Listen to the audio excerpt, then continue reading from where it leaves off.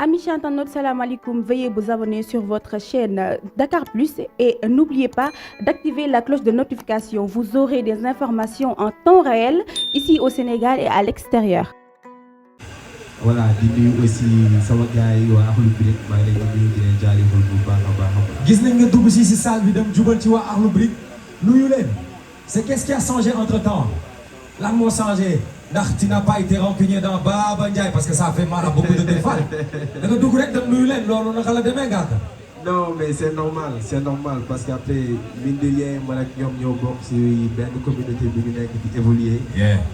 et puis lépp li ñuy def aussi ñu ngi koy def comme on dit dans les règles de l'art ci hip hop la ñu nekk mu am affaire yoo xamante ni hip hop daf ko nangu su ko nanguwul amaana duñ ko def ku si nekk aussi di ko def à ta propre façon à ta propre manière mais man ak ñoom ñoo bokk communauté bi et je pense que jusqu'ici dara ñaawul après ku ci nekk nag mu ngi xëcc sa boor xumbal yëngal tàngale tout mais duñu ay ennemis donc bu leen fekkee ñu toog je pense war naa leen nuyu quoi te loolu laa def. j'avais comme l'impression que ci benn entretien boo mosoon def dans une émission ak benn gars bu def ay rasta ne yow bu doo bàyyi mu sedd même safara da nga koy tàngal kon da nga wax waa Akhlou Brick est-ce que dencoo réponse bi avant concert bi wala pendant le concert.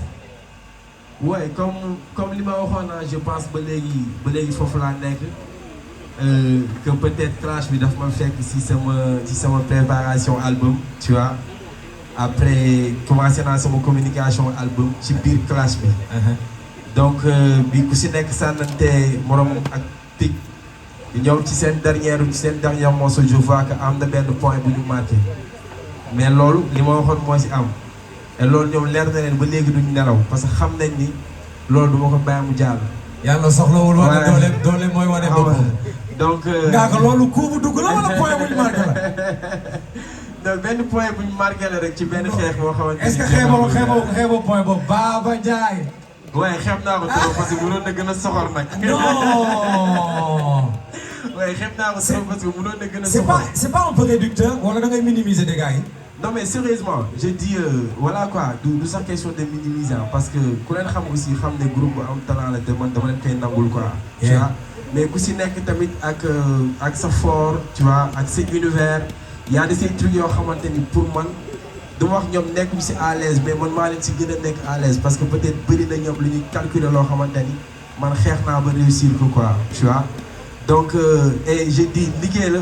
ku si nekk yaa ngi représenter sa statut di représenter sa base mais li ñu boole man ak ñoom la boole ba tey contrat dugg si ku si nekk xam nga encaisser sa avance comme ni ko mbëri di waxee. donc voilà donc le deux na ku nekk xool lu mu mën a def rek pour séduire public am. mais lépp tamit rester dans le cadre du clash c'est-à-dire man je dis peut-être là je fais focus si sama liggéey si sama album mais terewul maa ngi waajal le deux. mu nekk ñaari projet troisième bi mooy tay la wala suba ëllëg wala ginnaaw ëllëg mais tôt ou tard dinañ regretter Baba Ndiaye. What? On applaudit ça les gars vous n'êtes pas devant un DVD on applaudit mais Baba dañu dégg yow ak Ara yéenay clash Akhlou Brick la ñuy wax ngaa ko blindé mais yow ak Ara yéenay clash à chaque fois mais à chaque fois que tu as l'opportunité de dégommer Dayz doo ko bàyyi mu sedd. ay moom xam mais tu l'as en face de toi tu peux lui dire tout le bien que tu penses de lui. sama gaañ la dama koy kaañ rek. ah yéen ñaar amul benn instant ngeen commencé woon sérieux di expliquer ay explications yu sérieux. non sama gaañ dama koy namm quoi te xam nga sénégalais yi tamit des fois dañ koy namm dañ koy gis si ginnaaw rek mu téye nu mu téye di cornflakes bi des fois. cornflakes bi on dirait que ça te dérange. damay déranger kay wax naa ko dama bàyyi quoi. dama bàyyi. bu bàyyi cornflakes bi sinon. oui parce que xam nga rek su ma gisee cornflakes bi sama xel day ñaaw te sama xel bu ñaawee rek sama son day ñaaw quoi xam nga du bëgguma muy ñaaw. waaw d'accord nga que est-ce que réponse su Baba Ndiaye. yaa digg Ndakaaru ça arrive avant le concert wala le jour du concert parce que jour du concert bi ku nekk ak sa conducteur ak li ngay joué bu leen neexee ngeen beeg cu beeg bu leen neexee ngeen bañ a beeg cu beeg en tout cas vous avez votre temps de scène à vous est-ce que da ngay répondre avant wala da nga koy denc ba le jour. non xam nga ñaari affaire la yu bokkul. tu vois dañu seqi clash depuis daaw ren ñëw comme ni histoire bi bu ko ñëpp comprendre ma sànni big ñu ne ma bu ñu màggalee ba pare bon ma xaar màggal gi ñu ne gàmmu gi ma xaar gàmmu gi ñu ne son après ma defal leen son tu vois. ñu foofu nga ma indi leen problème. parce que problème ci yow la démarré. mais d'où ça démarré. xam nga ñëpp tàllal nañ leen micro waxuñu loolu je pense que bi leen Malick Ndoye tàmbalee la ñu wax après ñu war ci yow dëggal.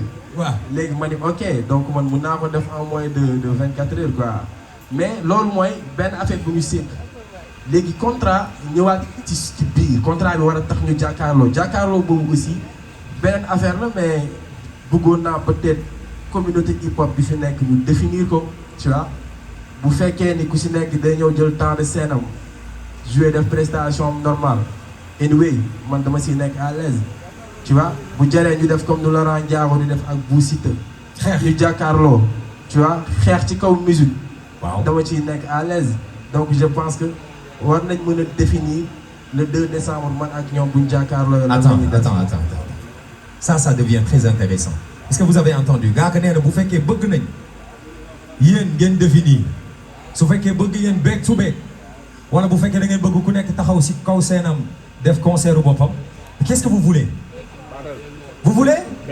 back to back ñan ñoo bëgg back to back nii loxo yi ma xool c'est pas beaucoup hein waa ngaa koy ñoo bëgg nañ back to back léegi tam bëgg ngeen back to back mais attends moi avant de demander l'avis du public moi j'aimerais savoir ton avis toi ngaa lan nga bëgg où te sens-tu le plus à l'aise dans le back to back ou dans la prestation et rentre chez toi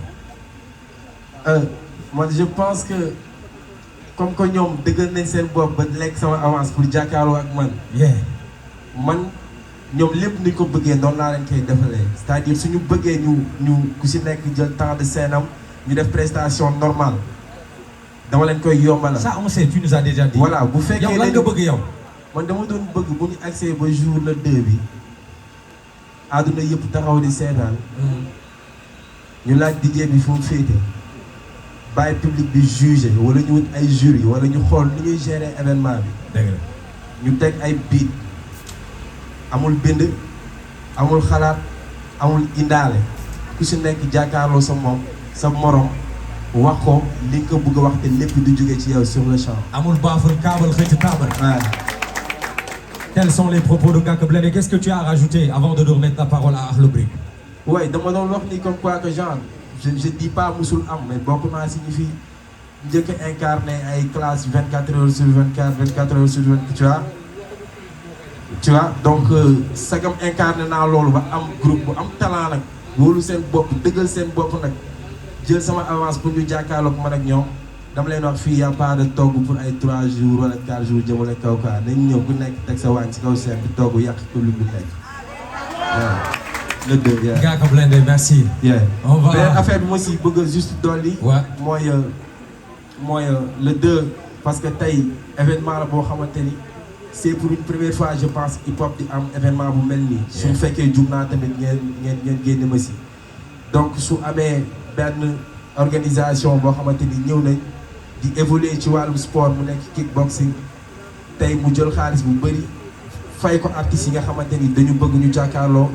donc je pense que événement la tey bu Sénégal yëpp war a saluer mais événement la aussi bu waa communauté hip hop bi war a saluer peut-être tey man ak Akhlou Brick ñooy commencé mais ëllëg war na mën a law ba law si génération yi nekk si ginnaaw ba àdduna bi yëpp di xaar événement yooyu te Sénégal mën na ko am mën na ko téye parce que gis nañ ni Sénégalais yi bëggee événement on le pense. donc maa ngi jaajëfal gars yi waat bu baax a baax yox yi la ko on l'applaudit très très fort.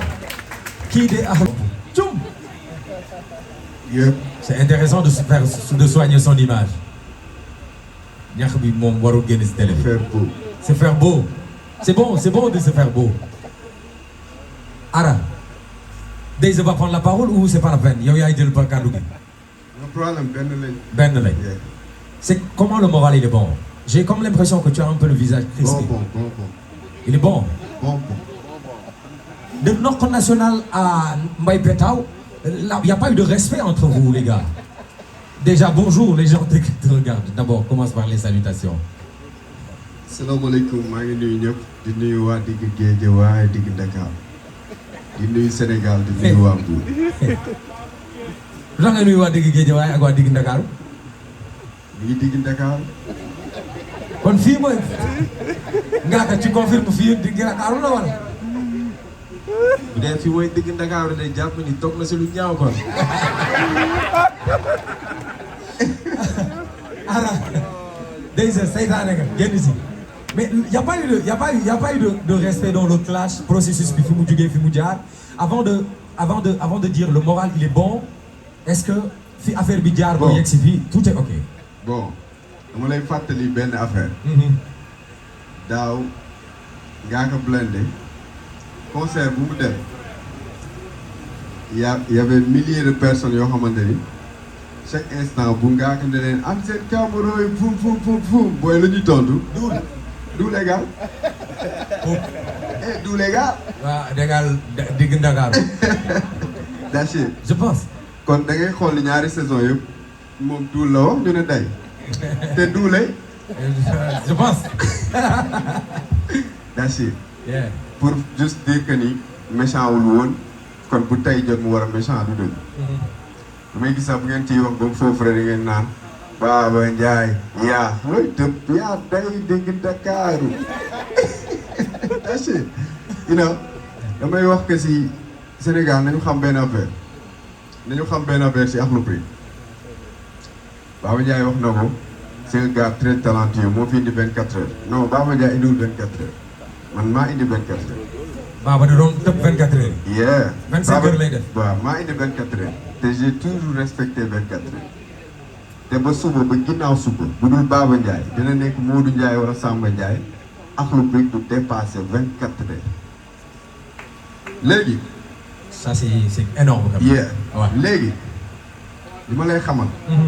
mooy que ne on est en clash avec Ngaaka Blindé pas d'animosité Ngaaka c'est un frère boo xamante ni mënu ma ko xool te reetaanu ça c'est un truc que wax naa ko waxati ko dama koy waxaat. est-ce que doo xalaat digg Dakar aussi Baba dafa neex. you know dafa neex nag ñaari façon dafa neex parce qu'il est comique dafa neex a defaral. dafa neex a dugg. mais moom nee na benn point ngeen marqué yéen. benn point man je marque pas de point man du ma def hip hop pour point you know parce que sooy rap pour point tu peux sortir gagnant ou vainqueur battre Baba Ndiaye sur un clash me fait pas un vainqueur yóbbu ceeb sama kër c'est ça qui me fait un vainqueur. jox dund njaboot. c'est profond. beneen bi mooy que ni en terme de clash en terme de li ñuy wax ni yëpp. xam nga lu ci nekk. le fait que ma accepté esprit de businessman bi ngaa ko accepté le fait que man ak moom dañ doon clashante kenn fayuñu ñu fayuñu ñu war a clashante Daché. mais yow est-ce que nekkul piège bu ngeen ma dugal man dugalaale ci Ngaaka. non parce que da ngeen wax yéen na Ngaaka jëkk a tàmbali Ngaaka bi mu tàmbalee après ci moo ci topp après bon ngeen door a génnee noxo national bi donc yéen a mujjee kàddu gi. te Mbaba moom nee na pare na. non pourtant affaire bi mën na leen dugal coup à tout instant. pour vous dire mujjee bi ça te fait pas taxul ñu déglu la ça te fait pas un vainqueur mujjee clash. waaw du dégg. waaw y a eu des artistes yoo xamante ni clashante ne am ko mujjee clash bi mais mënul suul sax la fa waaj a bàyyi. you know donc kon mujjee bi du dara Baba Ndiaye bu defoon 10 sons mën naa def benn son benn bi gën a marqué histoire. mën naa def man 10 sons Baba def benn bi gën a marqué histoire Daché non. parce que yaa moom sa kër boo tëddee xale yi romb la di woy sama woy te woyuñ sa woy loo yor. ma gagné nañu. mais Daché donc affaire bi du loolu man bi may def le truc c'était pas Baba je l'ai dit et je le redis sama classe c'est pas un truc visé à Baba Ndiaye c'est un truc visé à ce bu public bi toog nii di enjoy music le 2 décembre ce public là qui sera là dañuy enjoy at musique. Le 2 décembre. On en parle. Le 2 décembre ma ñëw. On en parle. Ouais, John. Est-ce que le 2 décembre, ce que Baba Ndiaye vient de préconiser, c'est de faire un show à chacun d'entre vous de son côté, sur son rythme, parce qu'il y a am na benn mise en scène bu gars yi prévoir ku nekk ak ñoom. Est-ce que da nga bëgg ce jour-là bu ñu bàyyee beat bi nga togg ci scène bi ñu yàgg ci scène bi gars yi lekk en live. Sidi Diop sax mën na toog ci scène yàgg ci scène. maa ngi gis Pape Sidi. waaw doo rama doo Sidi naa la indi dóor la doo fiiri. Daché. jëlal ma xool ba am yow la doon foofu. maa ngi gis benn baafal dem langal kaabal. Ça c'est pas. Ça c'est un classique. Ça c'est mbapatu hip hop. ku ci jaarul mënoo dem. donc man pour dire vrai. vous voulez parler après. Eric day safal. You know. Safalkat la Eric mi. Je voulais simplement dire que à l'heure qu'il est aujourd'hui, on n'a pas encore défini la forme de ce que l'on allait faire tous ensemble le 2 décembre. Super. Ce qu'il faut retenir dedans, c'est que ce clash, cette confrontation qu'il y a entre ces artistes, c'est pour le public, c'est pour leur public. Et que ce clash les rend plus créatifs, les rend plus dynamiques. Et on ne sait pas encore aujourd'hui, on n'a pas planifié les choses de ce qu'on va faire le 2 décembre. Ouais. Ce qu'on va faire, c'est qu'on va donner le meilleur, tous ensemble, le meilleur de nous-mêmes dans ce qu'on sait faire pour le public qui va venir là le 2 décembre. On est d'accord les gars? Merci beaucoup. Merci Defna. Mais je pense que yow Ngaaka li mu wax léegi nee na bëgg na ngeen back to back ci déggin bu gàtt yu mu am mag ñi fi toog defe naa dégg nga ko. Yow loo bëgg? Pape Sidi. Waaw. lu Ngaaka bëgg laa bëgg. man mooy sama waay lu bëgg daal. doo ngeen ma changer le micro bi ngir yàlla Ngaaka abal ma sa micro ba defoo ci dara waa géej waay dañu taxe de amul ay débat affaire yi voilà faites-moi le micro pour Ara loo bëgg laa wax ba amul wax ji. li ma bëgg mooy lu Baba Ndiaye bëgg la Ara bëgg. Baba Ndiaye lu bëgg. la Ara bëgg. la Ara bëgg. léegi nag beneen affaire bi moo am. comme ni ko Eric waxee léegi le 2 décembre va être défini parce que nous sommes sous contrat dafa am loo xamante ne peut-être moo ñu lii. waaw moom lañ bind mais dama lay jox benn affaire le 2 dina am lépp. le 2. dina am lépp. dama lay jox beneen anecdote boo xamante ni moo gën a neex ci hip hop hip hop xam nga lu si neex. dëgg la. hip hop li si neex mooy sooy waxal nit ki soo koy wax que tu lui dis des choses très profondes autant pour moi. pour lan nga koy wax ay affaires yu xóol parce que li nga koy wax après daf ko war a jàngal moom bu toogee man su may defanteeg yow classe mun naa la wax xaaste mun naa la wax àdduna mun naa la wax loo xamante ni boo jëlee classe bi boo demee seen kër mën nga ci tëdd ay jours li lay déranger lu ndaw lay doon peut-être c'est des trucs de blague mais leneen li ça vient profondément dans mon cœur pour wax la ni booy bu doon dama gis sa xarit sax di la bëgg a lekk dama naan la amoo xarit bu baax dina la lekk boo may tuur. yéen tamit lu ma wax Baba sànq si yee moom dafa sonal 2 heures yéen tam noonu ngeen sonalee Baba di ko jaxase ak nit ñi bàyyi leen di wax dafa bëgg saaga. non loolu c'est un fait c'est quelque chose qu'on a constaté c'est pas nous. ku nekk ak style am. non ku nekk ak style am bu say style amee saaga on a le droit de te dire da nga saaga. mais bàyyi saaga waroo ko ko. bàyyi saaga boo ma saagaa ma wax la ko. mais Baba saaga wu leen yaa ko njëkk a saaga. effectivement c'est faux Baba daf ma saaga. yaa ko njëkk a saaga. non man xaw ma. mère beeg paa bi mais on m'a pas vu ouvertement d'insulter qui que ce soit. mère beeg paa bi loolu la jàpp ne da ngeen ko saaga. non loolu amul parce que déjà pour comprendre dama ni yaa bañ son bëggeel Baba bañul son bëggeel il fait des sons de love. n'est-ce pas. Baba bañul bëggeel. mais y a un public boo xam ne des fois il te dit bu ma defal son bëggeel ak lu bëgg noonu bëggeel nga ni ko yaa bañ bëggeel xanaa sa papa ak sa yaay bëggante wuñ. ah c'était dans ce contexte-là. il faut écouter les vers ne. Baba mu ngi way bëggeel ma naan ko bëggeel. Baba. mais y a des gens yoo xamante ne dañuy ñëw ci Baba naan ko Baba son bëggeel yi doy na rabal ñu. il peut même leur répondre que ni hey yaa bañ son bëggeel xanaa sa papa ak sa yaay bëggante wuñ. et c'est un truc de. Tu défendais Baba à cette période-là. Oui, des Baba, des Dip, des Akhlou Brick, tous ces artistes qui chantent de love, ñu leen di bëgg a fàtt ak ay love ak love. ku wax ne ko love bi nii nga ne ko xanaa yaa bañ son bëggeel xanaa sa papa ak sa yaay bëggante wuñ dasi. Ok, ça j'avais pas vu. Yeah. Je vois que tu viens de comprendre. Ok. Kaka. léegi passé. je comprends bien, je comprends très bien. Mais après nañu laajte donc lan mooy saaga ak lan moo dul saaga. sa biir kër naan moom may rek ma daaneel sa biir kër papa ak sa yaay wala ci mbedd bi boo doxee benn sound ne la waaye waaye dafa ñu benn sound tegoo la underground bu mbedd nga ne ko lu tax ngay bañ son bëggeel xanaa sa papa ak sa yaay bëggante wuñ nan mooy nekk réaction am. moo ma jaaxal. mosuñ ma ko wax suñ ma ko waxee dinaa xam réaction bi.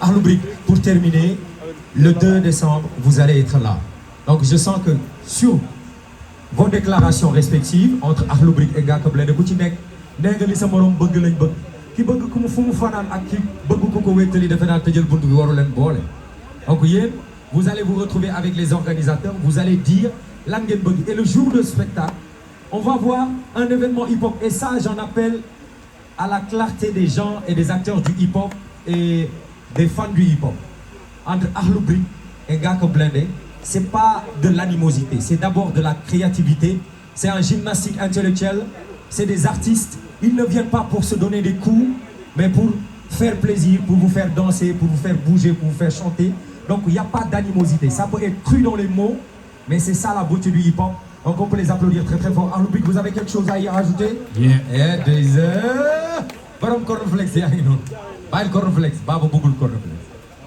vas-y y a pas de souci dina bàyyi cornflakes comprendre nga donc je salue tout le monde maa ngi leen di nuyu bu baax a baax tey Zakala from Akhlou Brick depuis Mbour Série waaw suñu temps ñu jóge fa ñëw tey ci dëkk bi nga xamante ni ñun ñëpp a ko bokk muy capitale bi donc ñu ngi leen di shout out de passage di leen nuyu bu baax a baax et mënuñu bañ a nuyu sans pour autant aussi ñu nuyu nga xamante ni mooy Eric Favre ak Yahya Diop et en même temps aussi sponsors yi nga xamante ni ñoo nekk fii nii yëpp ci affaire bi di nuyu fii Mr Laurent Ndiago et Bou Siteu idem ka Ngaaka ces deux lutteurs moom li ma leen doon wax rek dañ may tàjji parfois nit day wax sax maa ngi koy wax léegi bu naan ko nit day wax maa ngi ko yaa ngi yàq sama émission waaye yaa ngi yàq donc ñu nekk ñoo xamante ne nii aussi am nañu avenir ci lamb ñu leen shout out de passage sama frère Ngaaka laa bëgg xamaa amaana éclaircir rek quelques mbir parce que Ara l'a dit ñun suñuy bind texte nous ne parlons pas avec des gens yi nga xamante ni ils pensent mais plutôt avec des gens qui réfléchissent c'est-à-dire que ni avec la pensée approfondie mooy tax ñuy bindee noonu en fait et que suñu ñëwee ne pas beeg sa yaay bëggante wuñ même doomu aadama boo jàkkaarloog moom mu lay critiquer ci loofu da nga koy fàttali ne ko sa papa ak sa yaay bëggante moo tax sax yow ñu indi la fi ngir yàlla nga la delluwaatal nga xalaat waaye saaga wuñ papaam saaga wuñ yaayam ñaareel bi moom moo nekk que ni sama cornflakes bi heure bu ma indee cornflakes bi rek na jàpp ni sama xel moo dal dama xam ne instant bi kil nañ ko quoi lekk nañ ko jeex na. est-ce que nekkoo di noosee Baba sax non dama koy noosee tu sais pourquoi aussi du ma gaaw a gis ma gaaw a répondre parce que man su ma lay tontu wala dara il faut que say texte yóbbu ba Google ba pare door maa transcender beneen monde divin yóbbuwaat ma ci pays yàlla ba ma dem mais su nekkee sëy moo yi surtout Albouri la ak Mandela